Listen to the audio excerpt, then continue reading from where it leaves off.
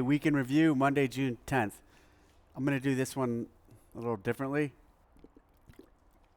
Typically, when I do these, right before I do them, I skim through the comments and select some, isolate them, and then address them. The way I'm going to do it this time is I have over here on my other screen the last week's video, and I have all the comments sorted by top comments, and I'm just going to kind of spend a few minutes going through them. So as I read them, this is definitely the first time I've seen most of these comments. First, before that though, a couple quick little points. Last week I trained LAPD SWAT snipers, a couple of them.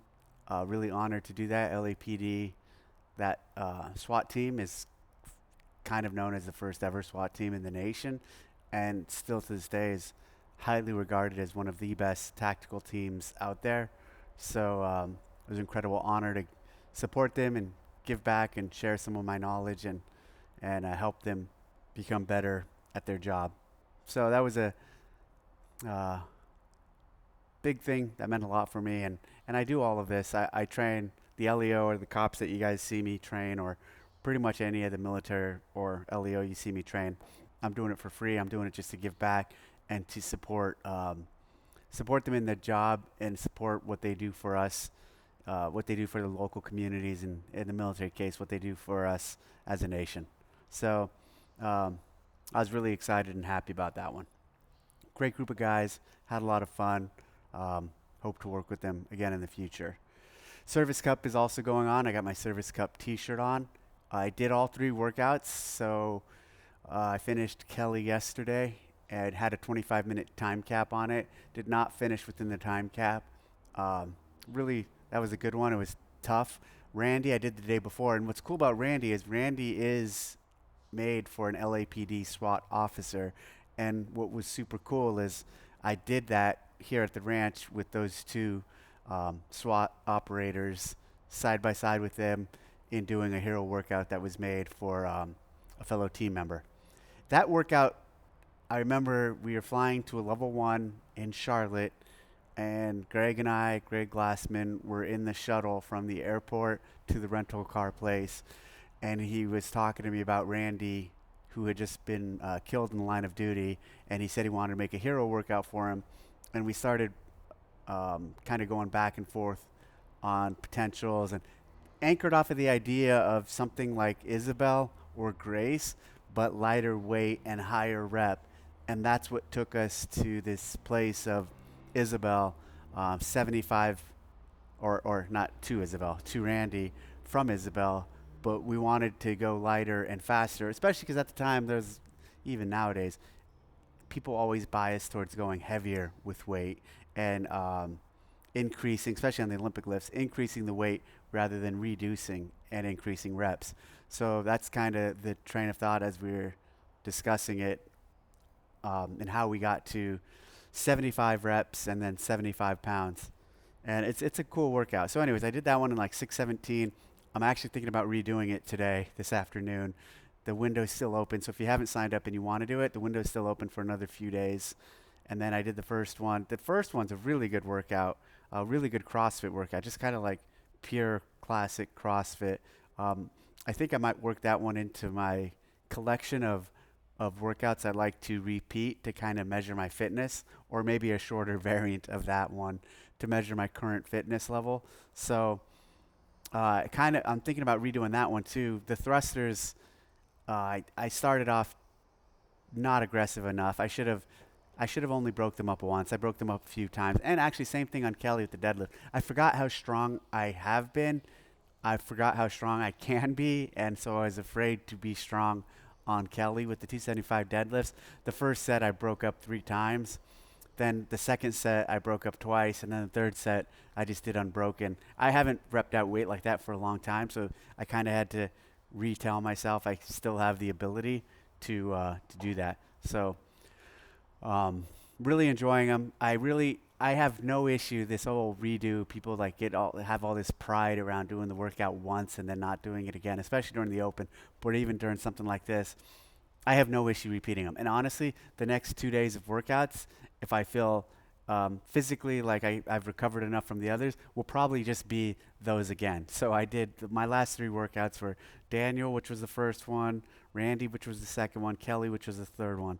I might do uh, Randy again today, and then maybe Daniel. I don't know if I'll redo Kelly, but I like to I like to I want to see my own improvement. I of course want to climb up the leaderboard, but if I do something and see areas where I can improve on it, like Randy, I think I should be under 6 minutes. I did it in like 6:17, so I'd like to try it with a different strategy, break up earlier, and get under six, be in the high fives. So in that regard, I'm competing against myself, and I want to push myself to do better than I did on the first time. So no issue with repeats, and I don't think as in our community, people should get all have so much pride around not repeating some of these tests, especially on the online environment. That's the format we create, and that's the luxury you have with the online. It's interesting because when you look at even the progression down to the games, you have this online where you can do as many times as you want in the open. Then you have semifinals, which or regionals in years past, which we've put out the workouts ahead of time and give them an ability to repeat those a few times, but then they can only perform it on game day once. And so it's going from you have as many opportunities as you want to on game day once with a little rehearsal. Then at the games, a majority of them are unknown, and you have one shot at them without having practiced or rehearsed anything. Okay, so let's jump into comments in this new format where I'm just reading them from top bottom, and haven't seen them before. At I am Fanny Spiegel. TDC, always appreciate weekend reviews and review of the weekend review on the Sevon podcast. Thank you. At Burn1808, hi Dave, I want to discuss the coverage of CrossFit as a sport. While we are passionate fans here and enjoy delving into all aspects of the sport, it is evident that the general public struggles to connect with it. Although you've emphasized the importance of making events exciting to watch, the current coverage can sometimes be hard to follow and lacks the informative graphics, discussion of metrics, and broad perspective found in other sports broadcasting. Have you considered looking at how other sports handle their coverage for inspiration, improving understanding, and promoting the appeal of individual athletes, events, and CrossFit's unique methodology history could significantly boost interest and growth? If you build it, they will come, but no pressure, Dave. Thank you for your continued dedication to our sport. Yeah, absolutely. Everything you're saying is spot on. But graphics, it's crazy. At the games, you'll see more built-out graphics than we do at the semifinal level. But it's really wild how expensive that stuff is. And so doing more of that, of course, is something we've thought about and should be doing. Some of the other things you're talking about are lower hanging fruit, and we should be able to execute on in a more nimble way. But we definitely, we will keep,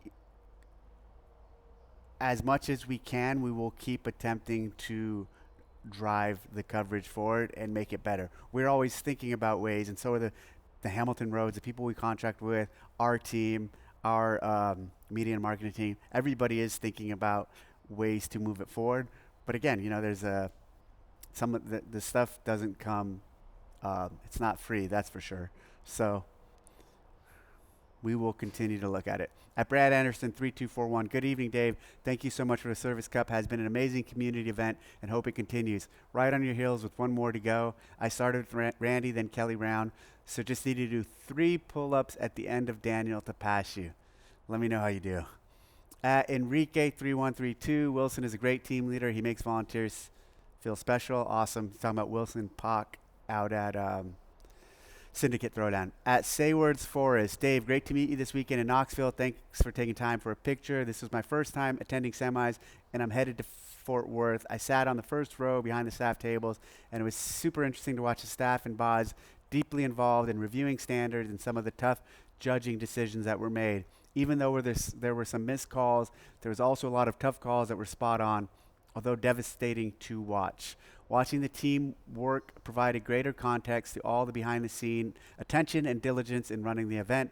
Boz was taking a ton of notes, which I'm sure will be provided for better improvements. Thanks all. Love my EVOO and the weekend review. Well, thank you for the response. And so my EVOO, extra virgin olive oil, tdcmercantile.com. You can Pick up some there. I also have some leather products that I built yesterday or put together yesterday. New keychains, and they're on the site available for purchase. And still have some belts available. So if you want any of that stuff, tdcmercantile.com. At Polga 90p. Hi Dave, is there any status update on the old CrossFit Journal web page status? It's been broken for years. I believe the CrossFit Journal is HQ's crown jewel. It should be a priority to have it up and running and promoting it everywhere. Working on it. I agree. It should be up and running, or some form of it, or something like that. Hopefully we can get something similar, if not that, out there again. At Station Fitness Gym 916, just a thought, all those games, phone boxes at semifinal could possibly have a games or sponsored logo on them. Yeah, so they have, that's an interesting suggestion, but I don't think, so Bill supplies the equipment, so the only sponsors that are going to Bill and Rogue, that like they're going to be on there is either Rogue or CrossFit. So I don't think we or Rogue necessarily view putting more sponsors on their equipment as a way to go, because then also it then muddies. So then does that sponsor have to also support Rogue? Or we definitely couldn't do it without Rogue's permission. So a lot more to it than just like, yeah, it'd be cool to slap on some logos there. Chris Bonkovic, always appreciate the insight in the community. Keep up the good work. Thank you. At Mitch Collins 2947, these are excellent. Thank you. Thank you. Thanks for these updates. At Laura Beningo 5720. At John Goldbeck 5346. Thanks for making the time. At Crystal Baca 1495. Hey Dave, thank for all you do. Love the olive oil. Another one. Thank you. And love the keychain I purchased him. The leather work is fantastic, and it means more because we know you made it.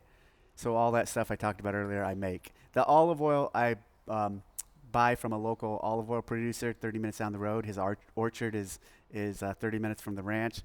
And then I take it and have it bottled about an hour south of here. He has his process, so when he picks it, he has it processed about 45 minutes south of here. So the entire process of the olive oil, the chain of custody, is all local. And which is pretty cool, because the olive oil industry is incredibly corrupt, and often when you think you're buying extra virgin olive oil, it's been cut with other oils so they get more yield out of the given amount that they have, the given existing amount that they have. This person still, sorry, I got it sidetracked. One question for you. I hear you speak on all the work you do with the military, but I was wondering, the United States Border Patrol is a sponsor, and I don't hear much when it comes to them. Do you work with them as you do with the military? Just curious. Thanks again, Dave. Yeah, so we've done a few seminars for them. We've done a one-day. We're looking at doing more courses for them. I've offered up to their tactical team to come up and train. We're trying to work on some dates. Their BORTAC team is really highly respected, and they've done a lot of great things. So it would be an honor to work with them. At Extremist 1978, hi Dave, for whatever it's worth, I for one, and I feel I speak for the many, really enjoy your week in review. Please keep them up. Please keep them up and unedited, raw, and transparent. A non-CrossFit question. I saw a leather band on your Apple Watch, not this one, your Apple Ultra watch. Is that one you made? Is it available for purchase? So yeah, the leather band I was wearing last week on this watch is one that I made. I've made a handful of bands. I do not currently sell them. I switched it out because I've been doing a little swimming lately. So I went back with the band. The leather band wouldn't be good for swimming, but it is one I have made and not currently available for purchase. Stephen Miller 7412, stunning reveal at 709. Someone else, I thought the same thing, and someone else said little love. I don't know what they're talking about. I don't remember what happened at 709. At Rich Froning Sr., build it and they will come. I do think we have some background stuff to do. Sorry I missed you yesterday. Sorry I missed you, Senior. I was in and out. So I went into that semifinal for a few hours, and then I was gone. At JB1108, thank you for the review. Helps to stay connected to CrossFit. YouTube America East cameras and content was really good. Better still than the others. Enjoyed to watch. Someone else, at Mike B. KTM, love the weekend reviews. At B. McLaughlin, there's so many reasons to be optimistic about the future of CrossFit as a brand. As long as we remain rooted in the methodology, we can survive trends, ups, downs, mistakes, as long as we pull in the same direction, for sure. And the methodology and CrossFit, it's never going anywhere. We're in this unique position of, you look at other fitness brands or fitness things. They're usually tied to a gimmick or something they're selling, but we're a way of thinking, a methodology that's based in a style of training that doesn't require any gimmicks. And because of that, we're poised. Because of that, because of the fact that it's a way of thinking and a way of training, and the results that come with it, and the results that come with it in a community environment, those things make it so powerful and definitely here to stay. And as you said, as long as we remain rooted in the methodology. Good comment.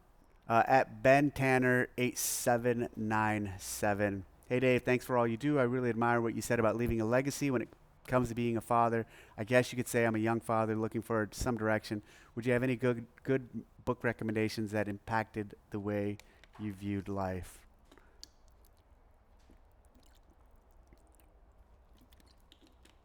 Well, the Bible. I mean, that's my most recent read. It's pretty powerful. Definitely recommend that. Um, it'll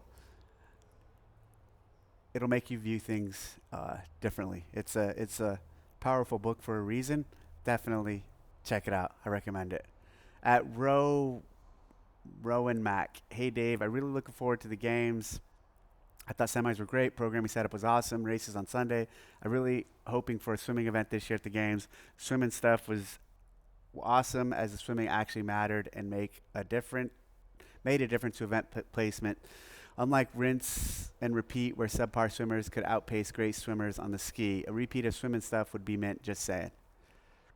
Okay, final one. I'm going to go into this one. Actually, I see one more. So, hey, Dave, will the games in Texas look different than a semifinal if the majority of events are inside? The best part of the games is the creativity of the outside event. It'll absolutely look different than the semifinals. One of the things we do at the games every year. And so here, understand also, the statement being said is majority of the events will be inside. So, understand what that represents.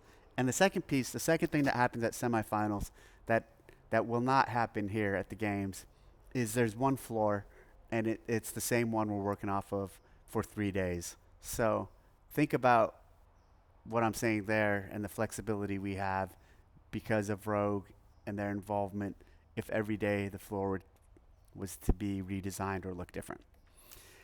At Cade Bearden 8881. Dave, will we ever get the media coverage of athletes in the off-season approaching the games like we did in 15 and 18? I feel like the game's popularity has tapered since then. Thanks for everything. And then Hiller responded, I gotcha. And then Sevon responded, at HillerFit, #MeToo. So those guys they're doing their own thing and covering it in the way that supports the community with their unique flair. So nice to see them doing that. It would also be good to see us get to a point where we can do more of that too. I don't think there can be too much coverage, but supporting those guys continuing to do their thing and us trying to do some of those things that we did in 15 and 18, that would help. That would help with drive the sport forward. But that can't happen. And here's the big thing. I talk a lot about this with our team, in isolation of the other things that matter. Meaning, so let's say we got to the point where we were doing the game stuff we were doing in 15 to 18, all these videos, and then we're not doing affiliate stuff, or we're not doing training and education stuff. We need to be doing training and education stuff. We need to be doing affiliate community stuff, stories, transformational stuff, all of that, and game stuff. So it's not just one at the expense of the others. There needs to be a plan to get them all out there. All right. That was the week in review where I read them for the first time and just went from the top to the bottom of filtered by top comments. So I'll try this again next week. So if you see comments that you really want me to read, like it or whatever to put it at the top. Thanks a lot.